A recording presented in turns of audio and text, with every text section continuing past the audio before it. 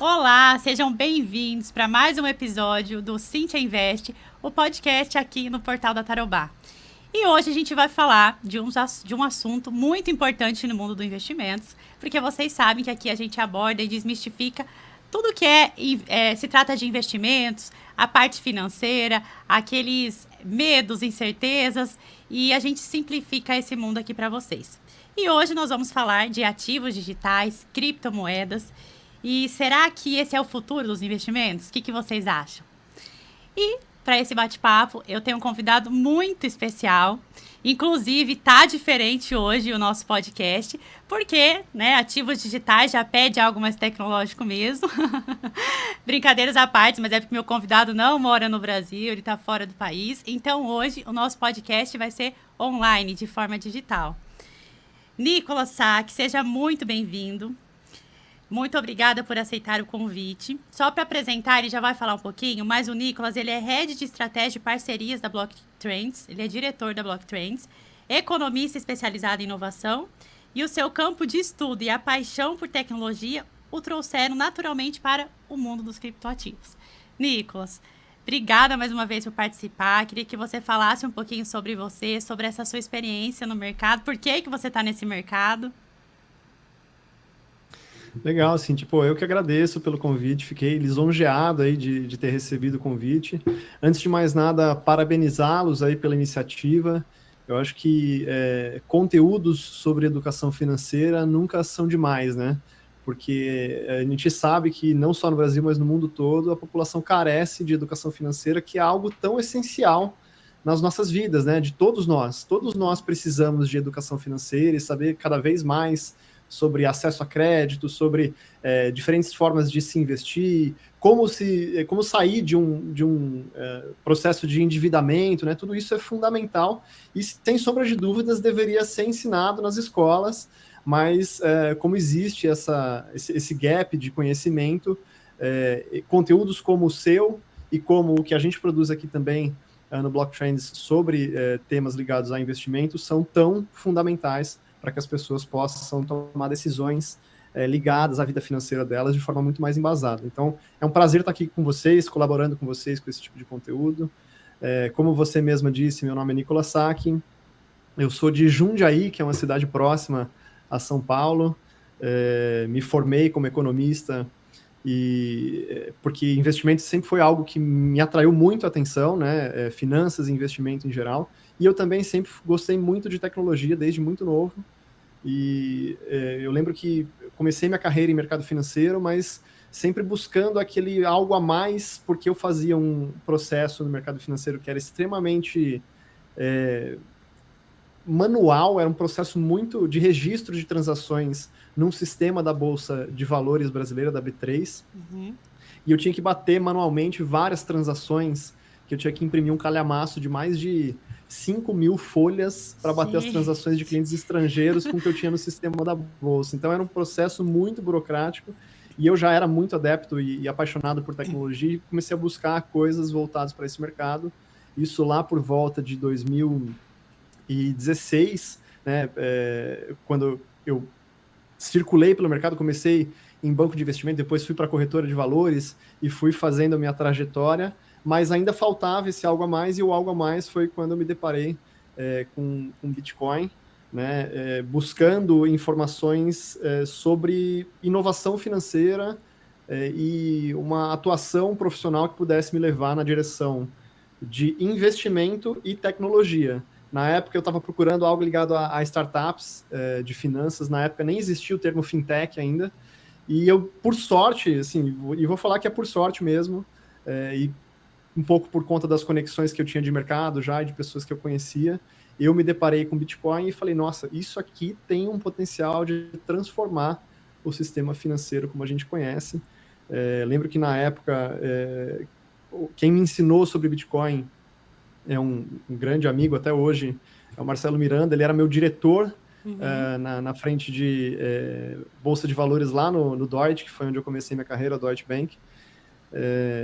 E ele tinha abandonado o posto de diretor num grande banco de investimento para abrir uma plataforma de negociação de criptoativos. Então eu achei a decisão ousada e achei fantástico. Fui falar com ele, porque ele tinha um curso, fui pedir desconto no curso e ele me ofereceu para sentar e começar a trabalhar com ele, né, nesse projeto que ele tinha, que era tão fascinante, né? Foi um ano muito interessante profissionalmente para mim, porque eu aprendi muita coisa, não só aprendi com o curso, mas aprendi na prática, né? Porque ele tinha uma plataforma de negociação de cripto. Ele falava que era um one-stop shop de criptoativos. Então, você conseguia fazer tudo. Você conseguia negociar, você conseguia desenvolver projeto. E ele tem esse projeto até hoje. Mas, depois disso, eu acabei trilhando um caminho próprio no mercado. Então, trabalhei como diretor de produtos de cripto numa frente de pesquisa de mercado independente, né, casa de análise de mercado para tomada de decisão de investimento. Depois fui estrategista de cripto na Empíricos. Depois fui head de cripto na Exame, que é uma super empresa de mídia conhecida aí também. Fui trabalhar depois como head de pesquisa de mercado de cripto no BTG Pactual, que é o maior banco de investimento da América Latina. E hoje estou como diretor aqui no Blocktrends de estratégia e parcerias. A Blocktrends é uma empresa de educação no ramo cripto. A gente tem um veículo de comunicação para trazer matérias ligadas a esse tema de uma forma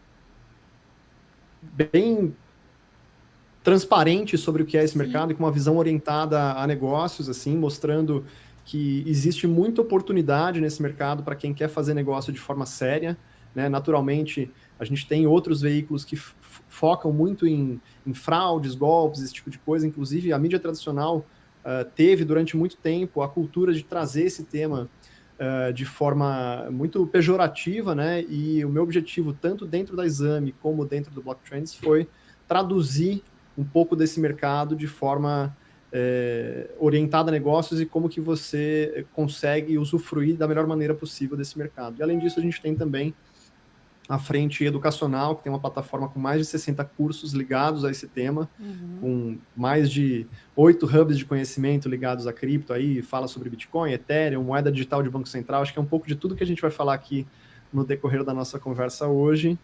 E também temos uma joint venture com a Ancord, que é a Associação de Corretoras do mercado aqui brasileiro, né, de corretoras de valores, câmbio e títulos, e que é o programa CCA, que credencia profissionais interessados em atuarem no mercado como especialistas em criptoativos. Então, essa é um pouquinho, de maneira resumida, da minha trajetória. Que, inclusive, foi aí que eu te conheci, né? Eu tenho essa certificação, tirei o ano passado.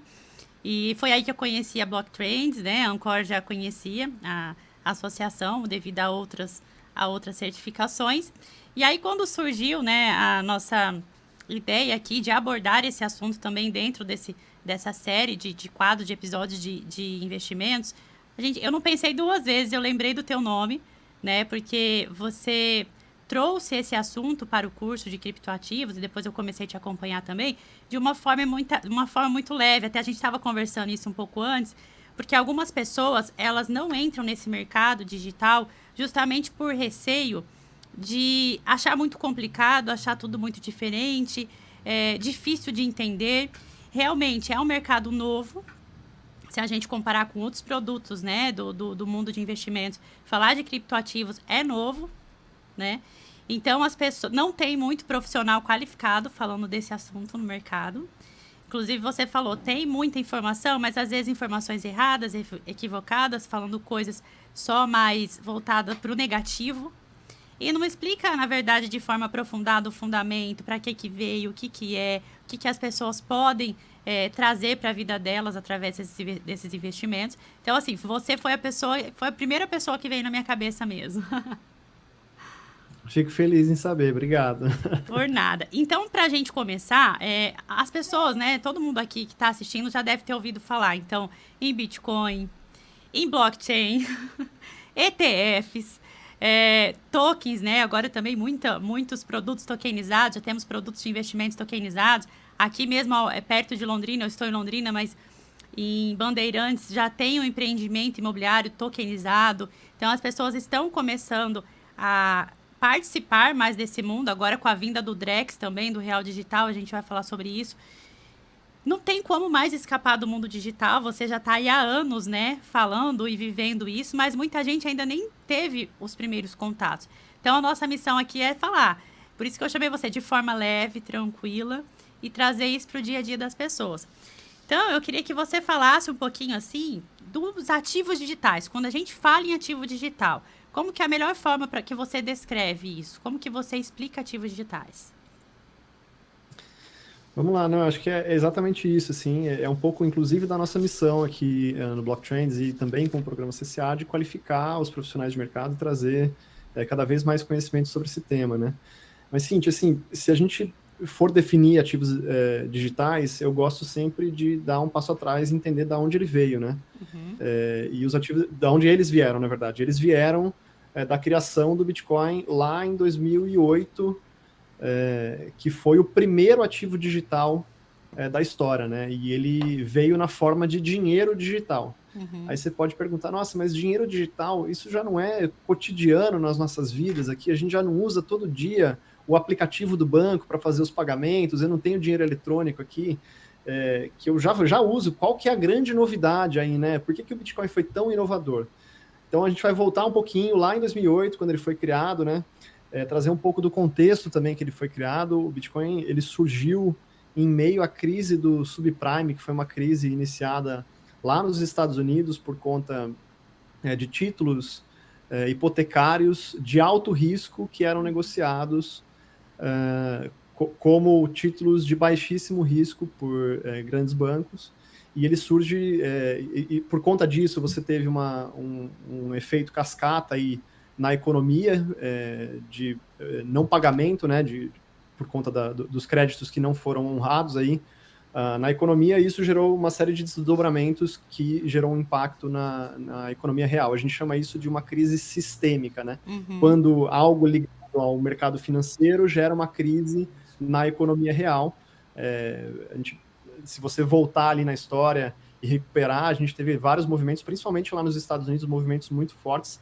No Brasil, a gente ficou relativamente blindado dessa crise, mas o mundo todo sofreu com isso. Sim.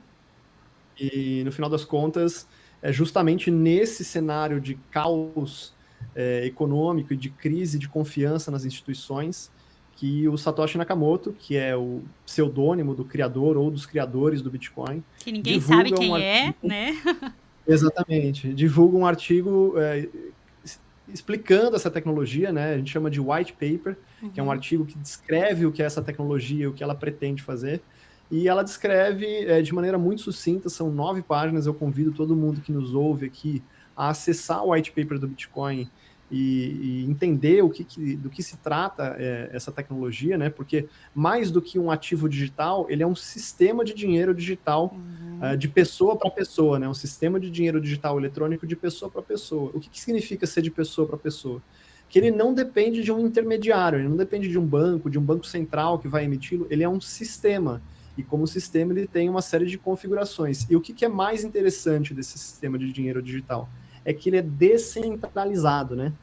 E aí que está o grande diferencial do dinheiro eletrônico que a gente usa todo dia nas transações bancárias para o Bitcoin e para boa parte dos ativos digitais. É esse conceito de descentralização, de não dependência de uma figura central, como um banco central, como um terceiro de confiança, seja ele um governo, uma empresa, para registrar as movimentações entre os usuários. Isso é feito de maneira descentralizada por registradores, que depois a gente pode até falar um pouquinho melhor sobre eles, se for do seu interesse, mas que tem, por meio de um mecanismo de incentivo, tem essa motivação para registrar essas transações que acontecem entre as pessoas que têm as suas carteiras digitais aí, movimentando o Bitcoin.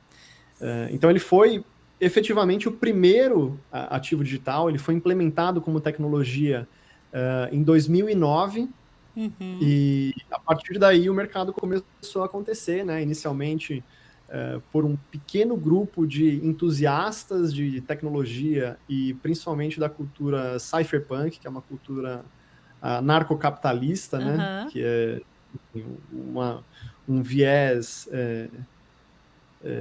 ideológico aí desse mercado, mas com o passar do tempo ele vai ganhando espaço, vai ganhando força e diferentes percepções de valor por diferentes pessoas, né, inclusive por gestores de fundo, por pessoas ligadas ao governo, e conforme o tempo vai avançando, ele vai ganhando corpo, novos ativos vão surgindo com variações daquilo que o Bitcoin propõe. O Bitcoin permanece sempre o mesmo, né, mas outros ativos vão surgindo e o mercado floresce. Até antes da gente falar dos novos ativos que surgiram, por que o Bitcoin valorizou tanto ao longo do tempo, todos os diferenciais, é legal a gente explicar como surge os Bitcoins no mercado. Porque eu já tive situações de pessoas... Tem muita gente que ainda não vive mesmo, não teve acesso à informação sobre Bitcoin. E já me perguntaram, Cíntia, o que é a mineração do Bitcoin? Como que o Bitcoin surge? Que a gente até fala que o Bitcoin é o ouro digital, né? E aí teve uma cliente minha que uma vez falou, nossa, quando vocês falam mineração de Bitcoin, eu já lembro dos mineradores nas minas de ouro. Já penso num rapaz de macacão jeans e capacete de segurança amarela com uma picareta na mão. Cavucando um buraco, entendeu? Cavucando então é um buraco, importante exatamente. a gente falar como que surge, até para mostrar a segurança desse ativo, né? O que existe por trás de todo esse sistema. Sem dúvida. Eu vou tentar explicar isso da maneira menos técnica que eu puder, tá? Sim. E aí, se eu estiver falando muito... eu te puxo, de uma forma muito tá. complicada, você me puxa e fala, Nicolas, calma aí, vamos explicar de outra forma. Tá bom. Mas sempre para ilustrar o que é o sistema do Bitcoin e como são extraídas essas unidades, né? Como são mineradas essas novas unidades de Bitcoin, eu gosto de recorrer a um jogo que boa parte das pessoas... jogou durante a sua infância, que é o Banco Imobiliário. O Banco Imobiliário é um jogo comum, alguns conhecem como Banco Imobiliário, que é de uma marca, tem o Monopoly, que é o mesmo jogo de outra marca, mas, no geral, é aquele jogo que você tem as propriedades que você vai passando, você tem o dinheiro, você tem o banco, que você interage com o banco ali, as cédulas, as propriedades, enfim. É um jogo comum e... vamos fazer uma equivalência com o sistema do Bitcoin aqui para tentar tornar isso o mais simples possível. Para explicar, eu gosto de colocar como exemplo que nós estamos aqui, eu, você e quem nos assiste, quem nos ouve aí de casa, jogando banco imobiliário, só que como a gente está jogando de maneira remota, a gente não tem como recorrer às cédulas de papel para fazer as transações acontecerem. Então, como que a gente vai registrar todas as movimentações de dinheiro que acontecem a cada rodada? Cada um de nós, que somos os participantes dessa nossa pequena economia, teremos uma ficha contábil digital em que a gente vai registrar todas as transações que acontecerem. Cada um de nós tem uma ficha e cada um de nós registra todas as transações que acontecem ao longo de cada uma das rodadas, né? Então, vamos supor que você passou por uma propriedade minha ali no Morumbi e teve que me pagar R$100 de aluguel. Na minha ficha vai constar uma transferência da Cíntia para o Nicolas, na ficha de quem nos assiste em casa também, e na sua ficha a mesma coisa, né? E no final de cada rodada que a gente tiver, cada ciclo aí de jogo, que cada um dos participantes jogarem, a gente vai fazer uma conferência entre cada um de nós para garantir que o que está na ficha está igual para todo mundo, né? De forma que, por consenso, a gente chegue no estado dessa nossa pequena economia aí do jogo.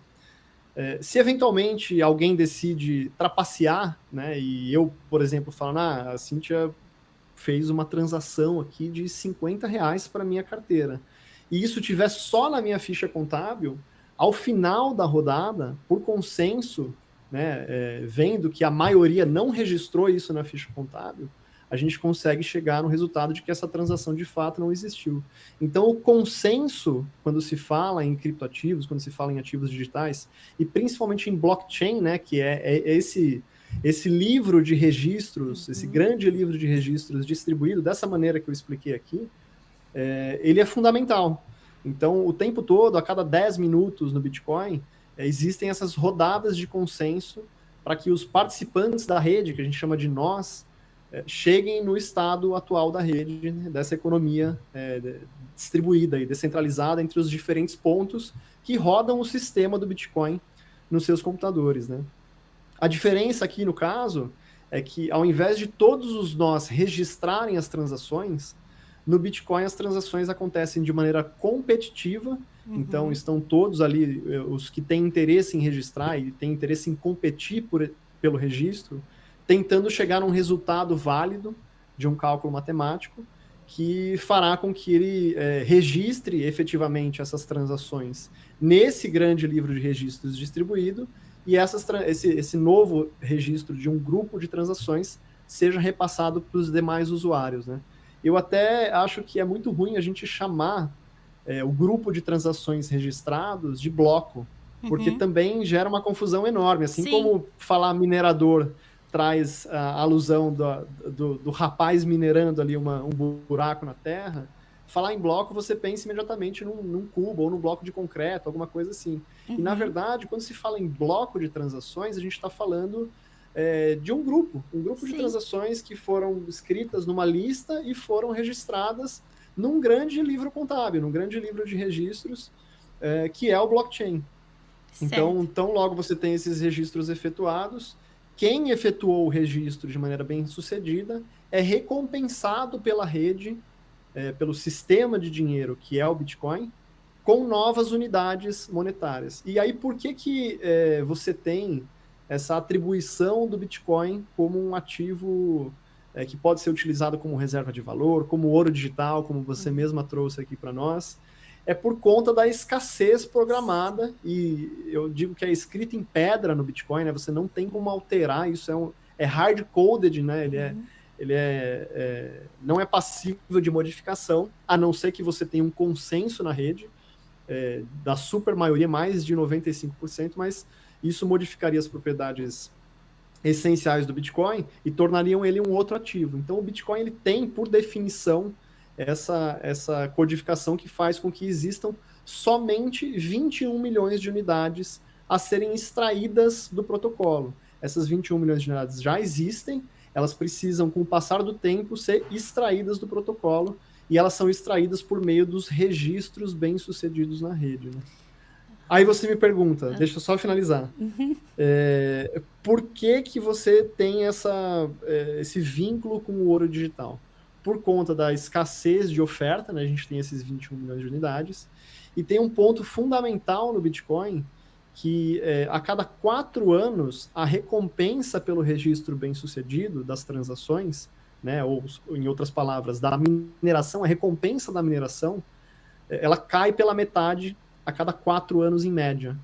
Então, isso simula muito a extração de um recurso natural escasso, como o ouro, de forma que cada vez mais, quanto mais você extrai o ouro da terra, mais difícil fica de você extrair o ouro da terra. A ideia é replicar esse conceito de escassez física no mundo digital, reduzindo pela metade a quantidade de novos bitcoins extraídos com o passar do tempo. Então, por conta disso que a gente tem essa alusão. Não, você fez uma comparação muito interessante, porque traz mais para a realidade da vivência das pessoas. A única diferença é que leva-se isso para o mundo digital, onde computadores que estão ali tentando resolver o que chamam de problemas, para ter a recompensa para surgir um Bitcoin, certo? E certo. Existe a escassez. E o que é mais interessante, né? Que as pessoas falam sobre segurança, questionam a segurança do ativo. Então, assim, já foi definido, na verdade, como seria ao longo do tempo a quantidade de bitcoins, os ciclos, né, que você falou que de 4 em 4 anos vai reduzindo a produção de bitcoins. Então, tudo isso foi definido já no início, já foi tudo de caso pensado. Foi algo já lançado, estudado, implementado com começo, meio e fim. E você falou sobre a escassez, 21 milhões de bitcoins, que serão, né, falam que acho que até 2140, certo? Que serão minerados todos? É isso? Por volta de 2140. A gente não tem como cravar exatamente, porque isso depende do tempo de registro de um novo grupo de transações, né? A estimativa é que um novo registro sai, em média, a cada 10 minutos. Mas se você olha o livro contábil do Bitcoin, que é o blockchain, que é um livro de registros público, você vê que tem alguma variação no tempo de registros, e se você tem um desvio muito grande da média, a cada cerca de 2 semanas você tem um ajuste da dificuldade desse cálculo matemático, que ajusta o tempo de registro para voltar para essa média de 10 minutos, né?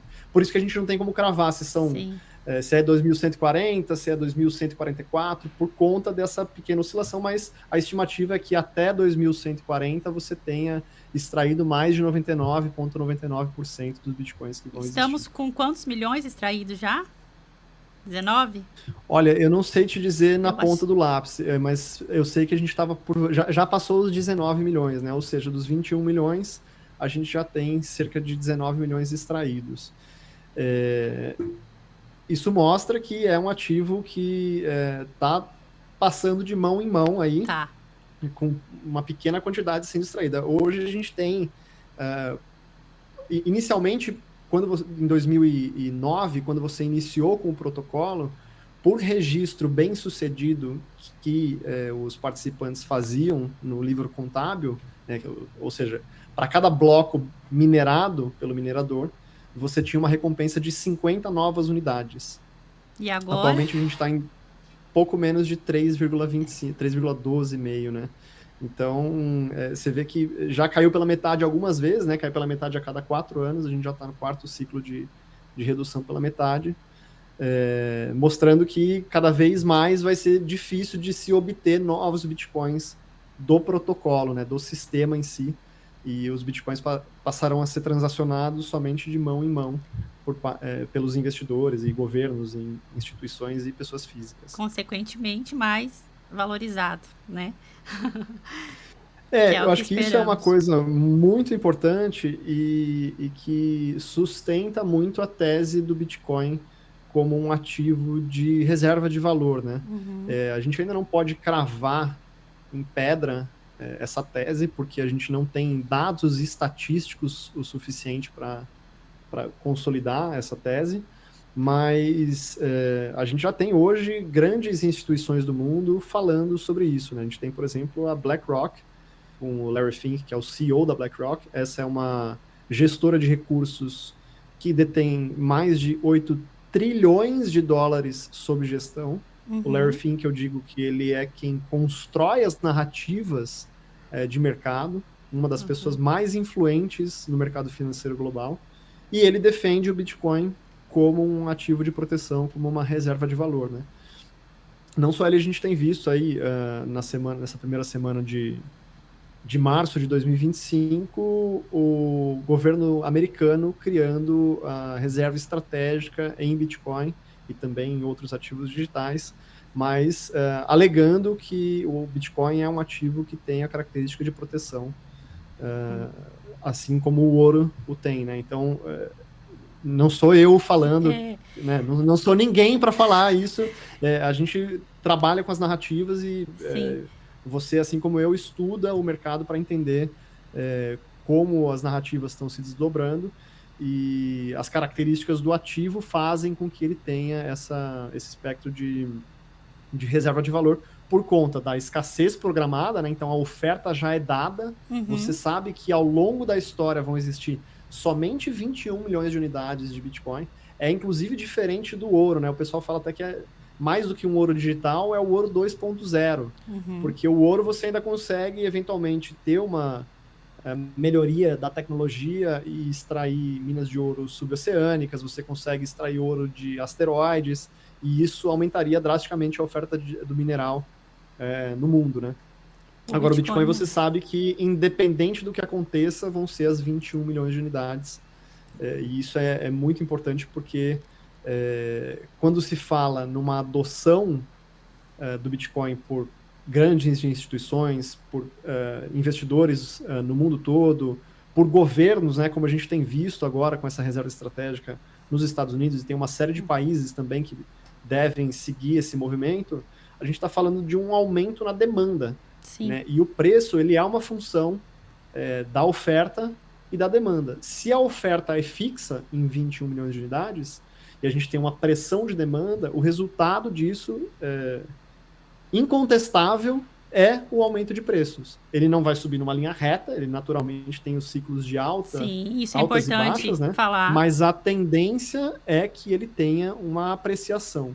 Né? E por que eu gosto de falar isso, Cíntia? Porque quando se fala em valor de mercado de um ativo, o valor de mercado é dado por duas variáveis. Ele é dado pelo preço e ele é dado pela quantidade. Uhum. Se a expectativa é que o valor de mercado cresça, existem inúmeras pesquisas de mercado que apontam que o valor de mercado do Bitcoin pode chegar a multiplicar até por 10 nos próximos anos.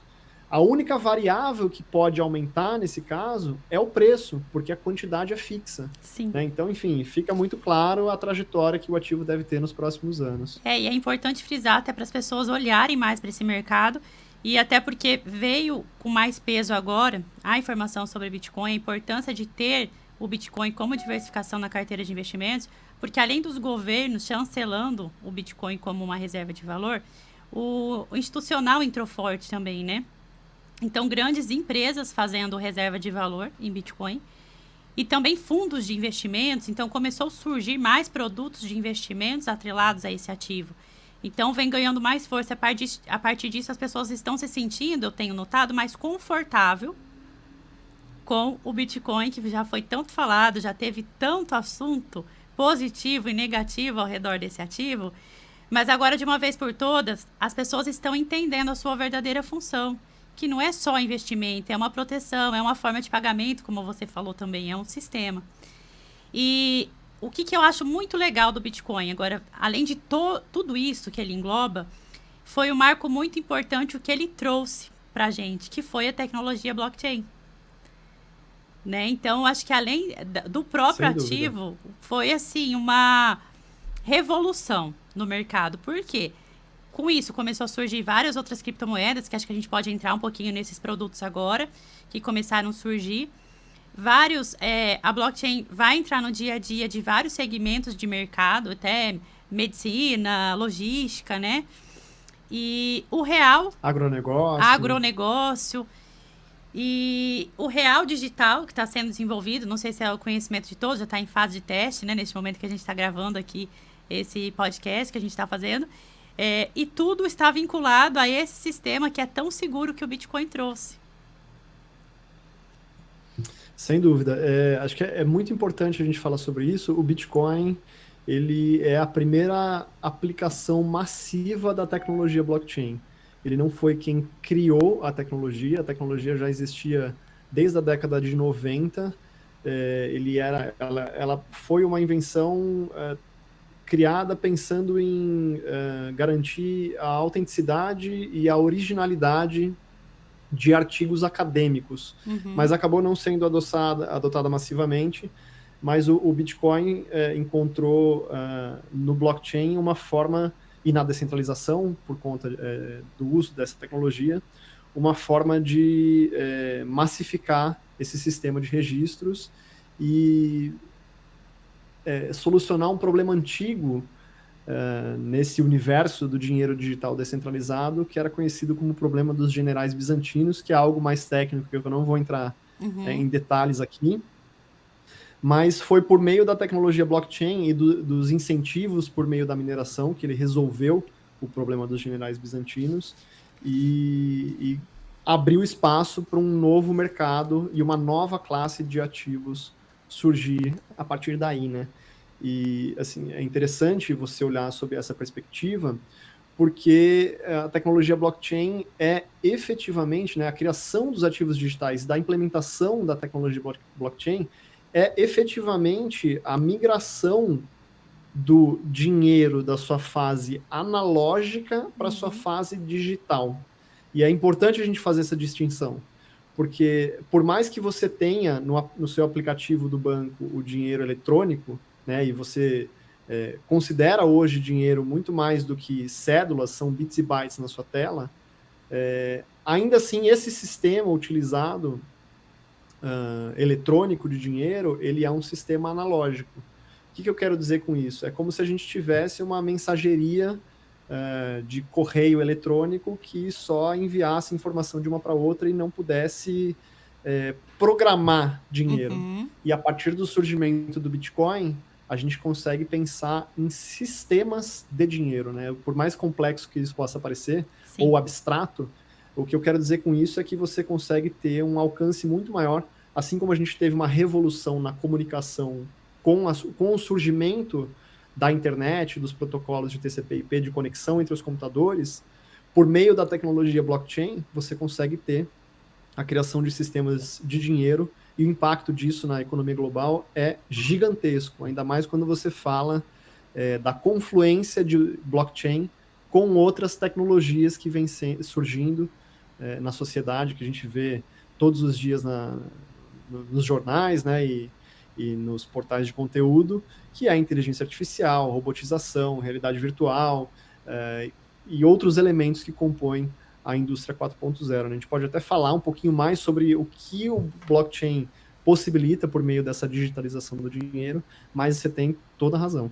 Sim, não, e o que eu vejo assim, que as pessoas, né, precisam entender que essa revolução trouxe acessibilidade, né, então tudo falando de investimentos e acesso às próprias transações de pagamentos ficaram mais acessíveis, mais rápidas, né, a agilidade, economia, então a gente não tem instituições pegando cada um pedacinho, ali uma parte, justamente pela descentralização, né, e é uma independência. Eu acho que veio essa revolução que a blockchain trouxe com vários benefícios. Economia, independência, agilidade, acessibilidade. E eu acho que as pessoas vão começar a entender mais esse fator. Claro que daí é de forma diferente, a gente pode explicar a diferença, mas a hora que surgir o real mesmo, digital, e já estiver em circulação. Se você quiser falar um pouquinho como vai ser essa diferença, porque as pessoas ainda têm essa dúvida, né? Mas como assim o real digital? Mas e a cédula? E eu não vou usar mais o dinheiro impresso? Como é que vai ser? Mas e o Pix? Então as pessoas confundem um com o outro. E também é importante a gente falar a diferença dele para o Bitcoin, para a criptomoeda. Sem dúvida. Você tocou em alguns pontos muito importantes, né? Eu acho que o Bitcoin ele surge como essa primeira alternativa ao dinheiro eletrônico, como o primeiro sistema de dinheiro eletrônico descentralizado, mas ele também serve como um chacoalhão aos bancos centrais aí, e aos sistemas financeiros de diferentes países no mundo, para que haja uma modernização nos sistemas financeiros. Né? Isso foi puxado inicialmente pelo Bitcoin, depois com a evolução do mercado por outros ativos do mercado, e principalmente ali no ano de 2018 e 2019, quando o Facebook anunciou um consórcio, que na época ficou conhecido como Libre, depois virou Diem, que ele criaria uma moeda digital com empresas que fariam parte desse consórcio, e esse ativo, essa moeda, seria lastreada por ativos seguros, né, e moedas de economias fortes espalhadas ao redor do mundo. Isso despertou, não só nos reguladores, como nos bancos centrais de todo mundo, o interesse e o senso de urgência e necessidade para modernizar os sistemas financeiros e os sistemas de dinheiro em todo o mundo, né? A gente tem uma pesquisa recente do Banco de Compensações Internacionais, que pode ser entendido como o Banco Central dos bancos centrais aí, apontando que atualmente mais de 85% dos bancos centrais do mundo estão experimentando com a tecnologia de moeda digital de Banco Central, que utiliza ou não a tecnologia blockchain. Né? E eu acho que isso é bem importante, porque mostra que efetivamente é uma transformação que está em curso. Não são todos os países que vão seguir com a implementação dessa tecnologia. A gente tem, por exemplo, a gente teve recentemente um anúncio do Trump nos Estados Unidos falando que os Estados Unidos, a depender dele, jamais terá uma moeda digital de Banco Central. Sim. Mas cada país segue um mandato diferente, com propostas diferentes, né?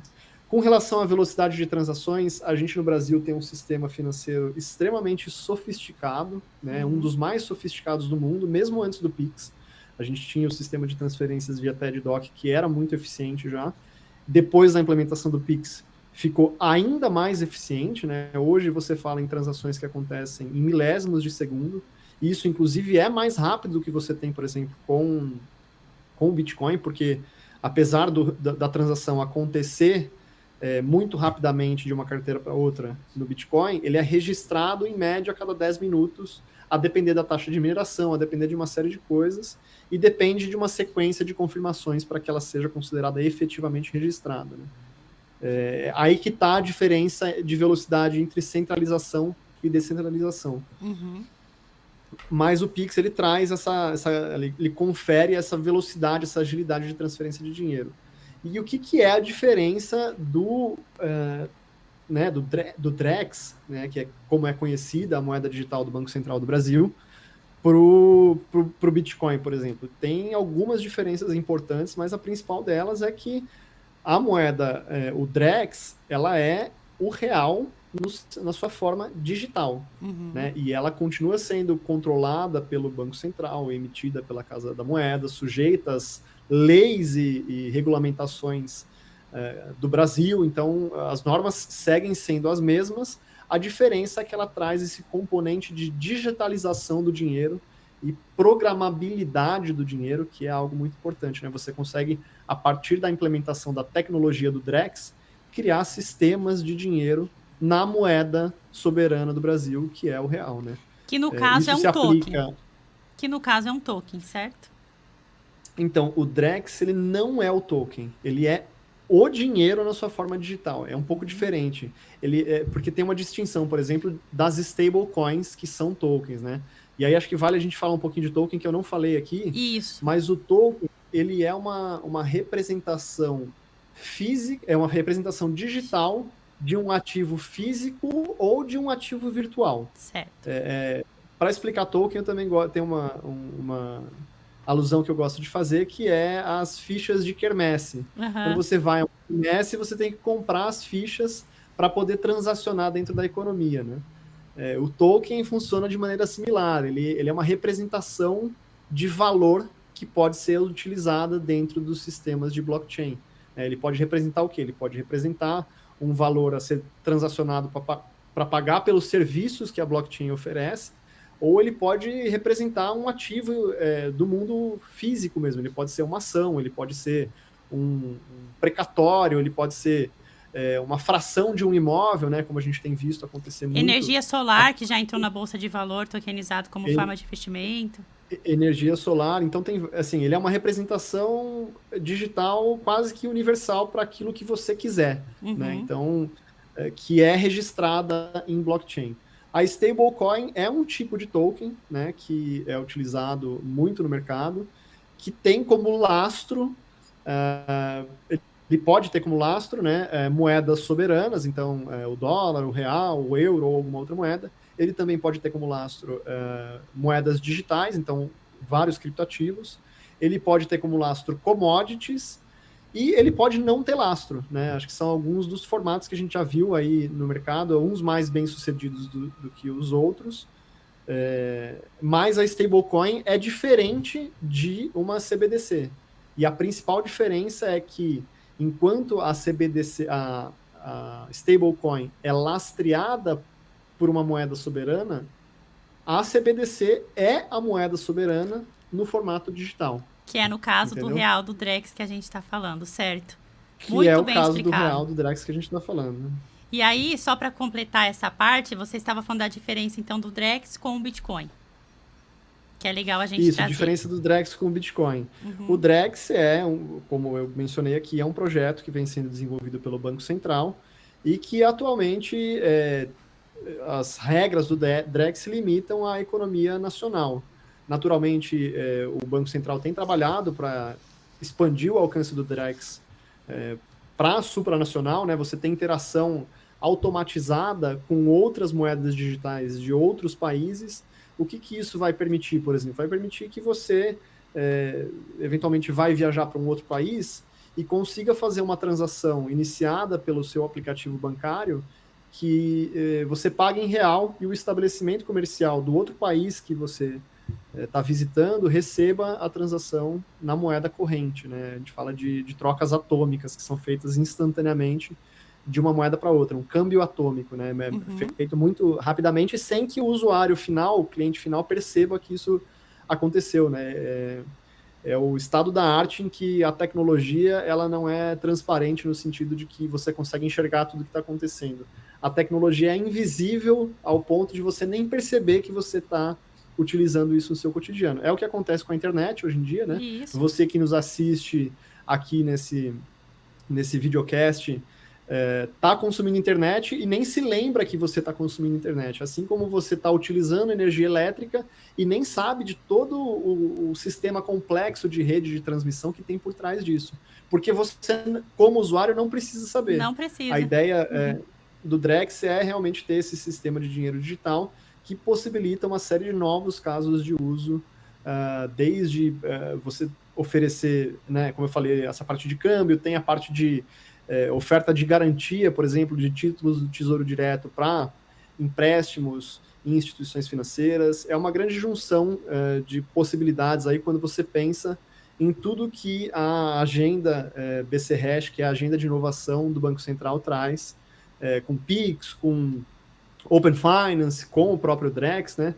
Na minha visão, a última peça do quebra-cabeça que faltava na modernização do real e que vai ser implementada aí nos próximos anos. O Bitcoin já é uma outra frente de ativo, né? É um dinheiro digital descentralizado, ou seja, ele não é passível de controle por nenhum governo, porque ele é descentralizado, significa que tem usuários rodando cópias do Bitcoin em diferentes regiões do mundo. Hoje a gente tem mais de 7 mil nós rodando o mesmo sistema de registros com as mesmas informações. Retomando aquele nosso exemplo lá do Banco Imobiliário, é como se tivessem mais de 7 mil jogadores aí, cada um com as suas fichas contábeis, registrando as movimentações. Isso gera redundância e gera muita segurança, porque qualquer tipo de fraude que seja tentada no sistema, você tem mais de 7 mil pessoas, 7 mil computadores, validando aquelas informações para garantir que elas não sejam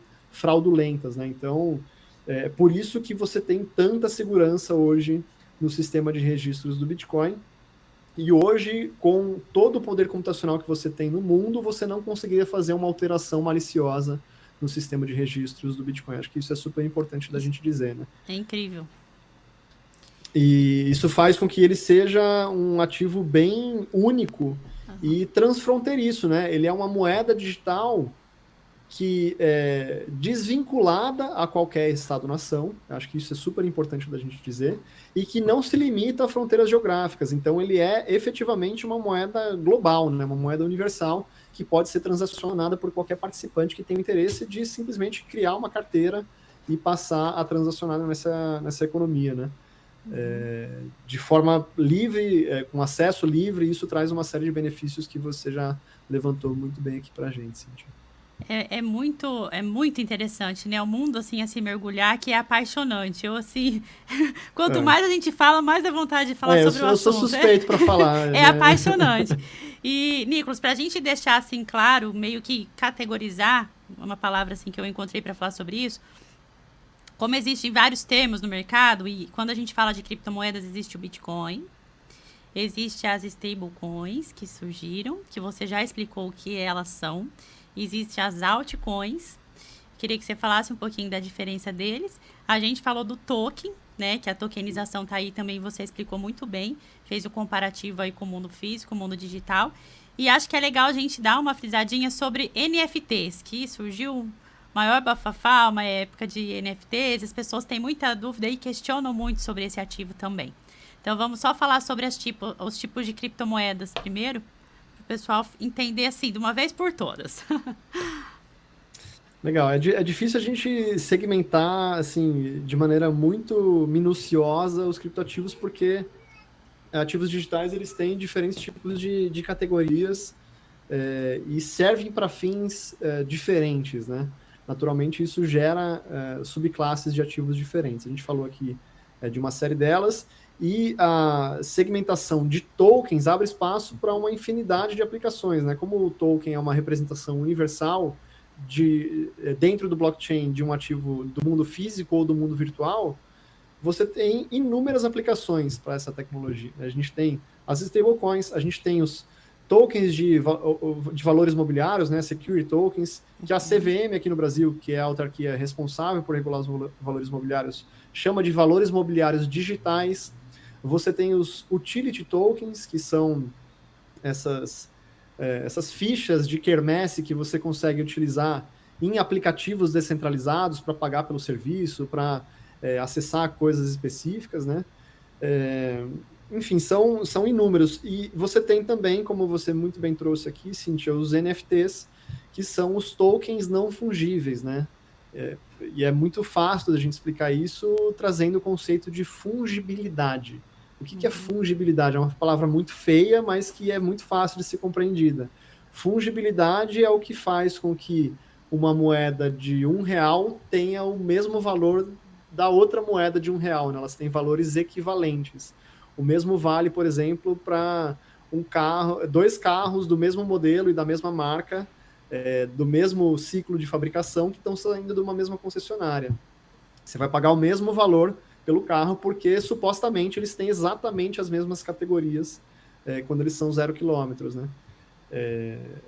Diferente de indivíduos. Eu sou completamente diferente de você. Então, a gente tem histórias diferentes, trajetórias diferentes, campos de estudo diferentes, apesar de confluentes muitas vezes, o que nos tornam completamente diferentes uns dos outros, né? Então, nós somos não fungíveis. O mesmo vale para outros tipos de ativos, né? A gente pode falar, por exemplo, de o carro que já saiu da concessionária e rodou com dois proprietários diferentes. Cada um teve um cuidado diferente, cada um teve um ciclo de manutenção diferente, eles não são equiparáveis. O mesmo vale para obras de arte, por exemplo.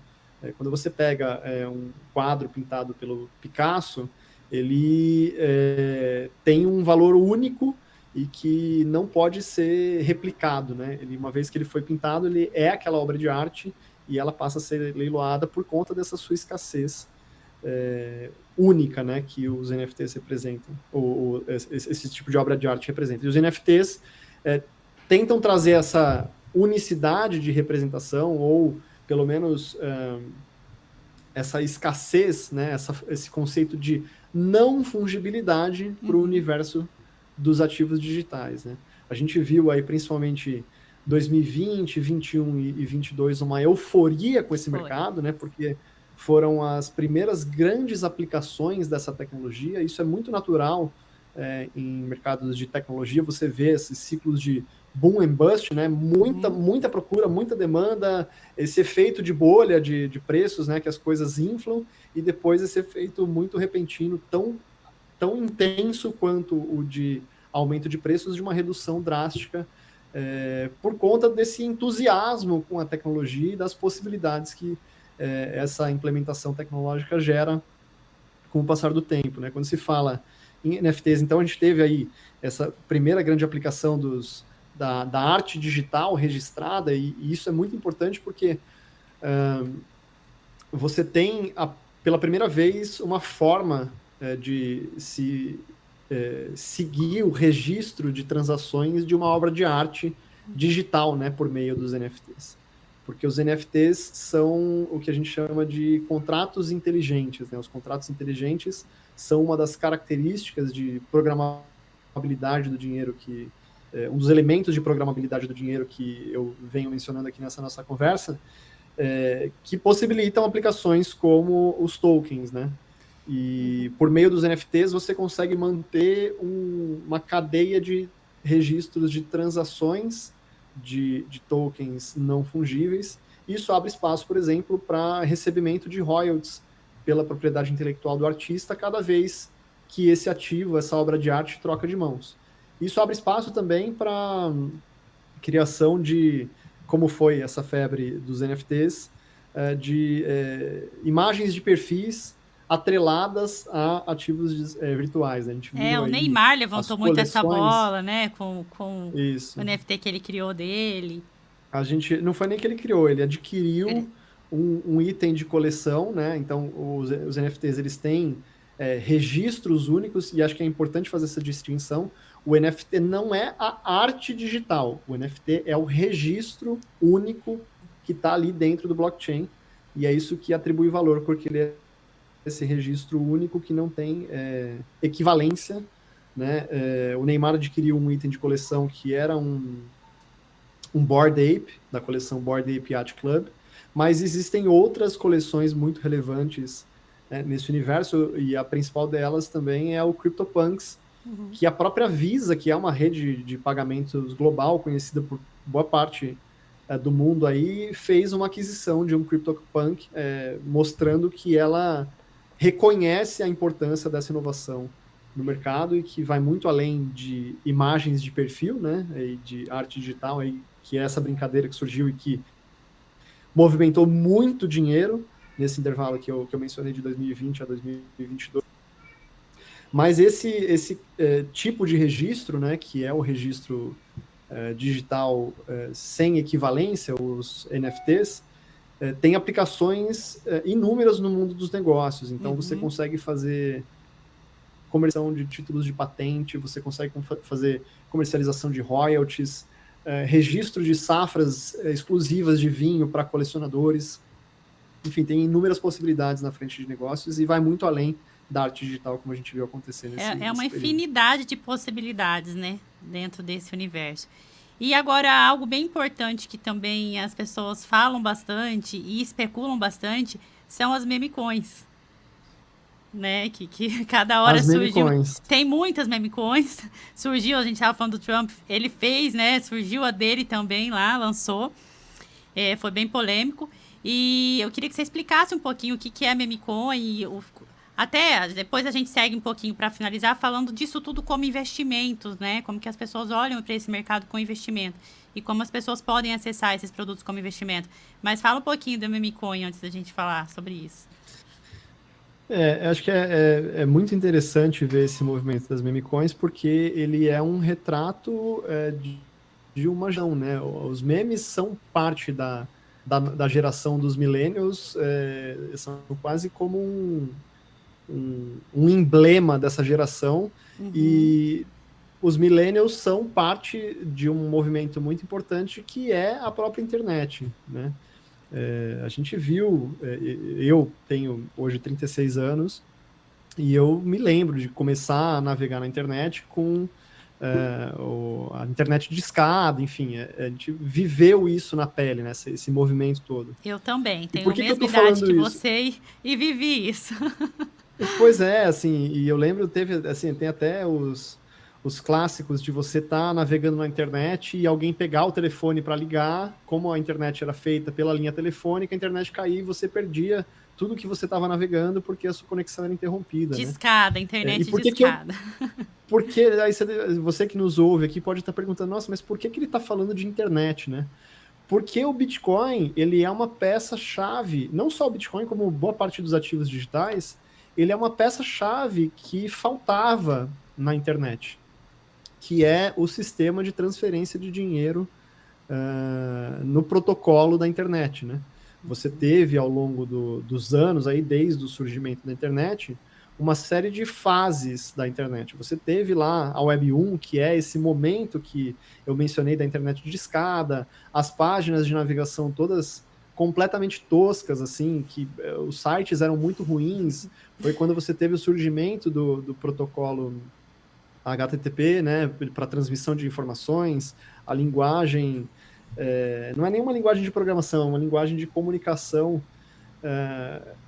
que possibilitava você expor suas ideias, os seus conteúdos para outras pessoas verem, né, na internet, era algo muito rudimentar e que foi naturalmente evoluindo com o passar do tempo, né? Então você conseguiu inicialmente transmitir conteúdo e mídia na internet, que foi a primeira fase que a gente teve aí desse sistema, e com o passar do tempo a internet foi evoluindo, né?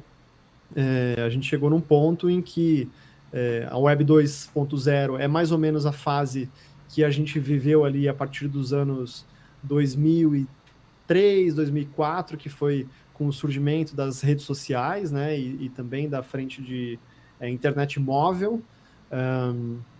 Você tem o usuário no centro como produtor de conteúdo participando da criação dessas frentes, inclusive esse próprio podcast faz parte desse movimento de revolução da internet. Você passa a poder transmitir também sites muito mais elaborados e aplicações muito mais sofisticadas. Você tem a revolução dos aplicativos nos celulares. Você tem o que a gente chama de VoIP, né, que é o protocolo de transmissão de voz pela internet. Você não depende mais de linha telefônica para conversar com as pessoas, você consegue conversar por meio da transmissão de dados na internet. E o surgimento do Bitcoin e dos demais criptoativos representa a fase que a gente chama de MoIP, né, que é Money over the Internet Protocol, transmissão de dinheiro pela internet de maneira 100% digital. Isso traz inúmeras implicações e traz uma série de novas possibilidades e modelos de negócio nessa frente. Inclusive o surgimento de todos esses ativos aí que a gente está falando, né? E, Nicolas, então, só para a gente trazer para o mundo do investimento, né? Porque todo esse universo digital desconstruiu um pouco e foi uma barreira, eu acho, para quem está muito acostumado com o mercado tradicional, né? Que é onde a gente fala de bancos, de produtos lastreados em créditos, né? Que são cedidos no mercado, de bolsa de valores, que tem um papel. Então, as pessoas... eu senti que algumas pessoas demoraram um pouco para entender, algumas estão começando a entender a diferença, porque ambos são bons investimentos, são formas diferentes de investir, atende perfis diferentes, riscos diferentes, rendimentos diferentes, né? Mas eu acho que os dois, eles se completam muito. Eu sou assim, eu atuo no mercado digital, eu sou apaixonada. O tradicional eu já deixei bem assim de lado na minha vida, porque é meu perfil, é o que eu gosto, então mergulhar no digital mesmo. Como que você está sentindo esse recebimento do digital como investimento na vida das pessoas? Isso é falando de Bitcoin, principalmente, e outras criptos e outros ativos. Como é que você está enxergando isso? O que você acha desse mercado? Eu acho que a gente está numa curva natural de adoção de cripto como investimento, né? Quando você olha em curvas de adoção tecnológica, elas têm ciclos longos. Quando se fala de revolução tecnológica, tem um livro muito interessante que chama Technological Revolutions and Financial Bubbles, da Carlota Pérez, que fala justamente disso, né? Como que os ciclos de revolução tecnológica se conectam com os ciclos de bolhas nos mercados de capital. Isso é muito interessante. Você vê que assim não é algo novo, é algo que se repete ao longo da história, desde a criação das bolsas de valores e dos sistemas de negociação, né? Se assim a gente pode dizer. E no final das contas, quando se fala nesse ciclo que a Carlota Pérez descreve, a gente está falando de um ciclo de adoção que é de cerca de 40 anos. São 20 anos de primeira fase, de entusiastas entrando no mercado, pessoas que têm muita afinidade com tecnologia, começando a experimentar. Depois você passa a ter uma adoção um pouco maior de interessados que estão dispostos a assumir riscos, né? Que seriam os early adopters. Depois você tem uma fase que ela chama de o abismo, que é um teste de resistência dessa tecnologia para entender se ela vai efetivamente ser adotada pela massa populacional que habita o planeta. E se ela sobrevive esse período de abismo, ela passa a ser adotada massivamente. E esse abismo é configurado justamente pela etapa de regulação, tributação, institucionalização do mercado, que é exatamente o que a gente está vendo acontecer. Esse momento. Inclusive aqui no Brasil está acontecendo, né? Essa regulamentação, a construção das regras de mercado mesmo, né? Exatamente. Então, assim, um ótimo momento para quem quer entrar no mercado. Com certeza. É curioso você ver como o ciclo se repete, assim, sabe?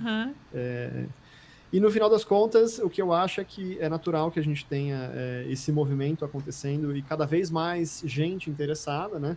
Porque vale lembrar que o Bitcoin surgiu, como eu já mencionei aqui, nesse fórum de criptógrafos, né? Que são os cypherpunks, que é algo muito nichado, né? Muito específico e para um grupo muito seleto de pessoas que tinham crenças e valores muito, muito específicos e eram ligados à criptografia, para, com o passar do tempo e com o desenvolvimento do mercado, você tem uma evolução das narrativas, o ativo deixar de ser uma tecnologia de nicho e passar a ser uma tecnologia de massa, você ter a percepção de valor por diferentes agentes de mercado, isso tudo vai fazendo com que as narrativas fiquem mais claras, diferentes pessoas tenham uma diferente face desse prisma em termos de percepção de valor, né? Consigam enxergar o valor no Bitcoin e nos demais criptoativos de formas diferentes. Isso constrói narrativas diferentes que vão se solidificando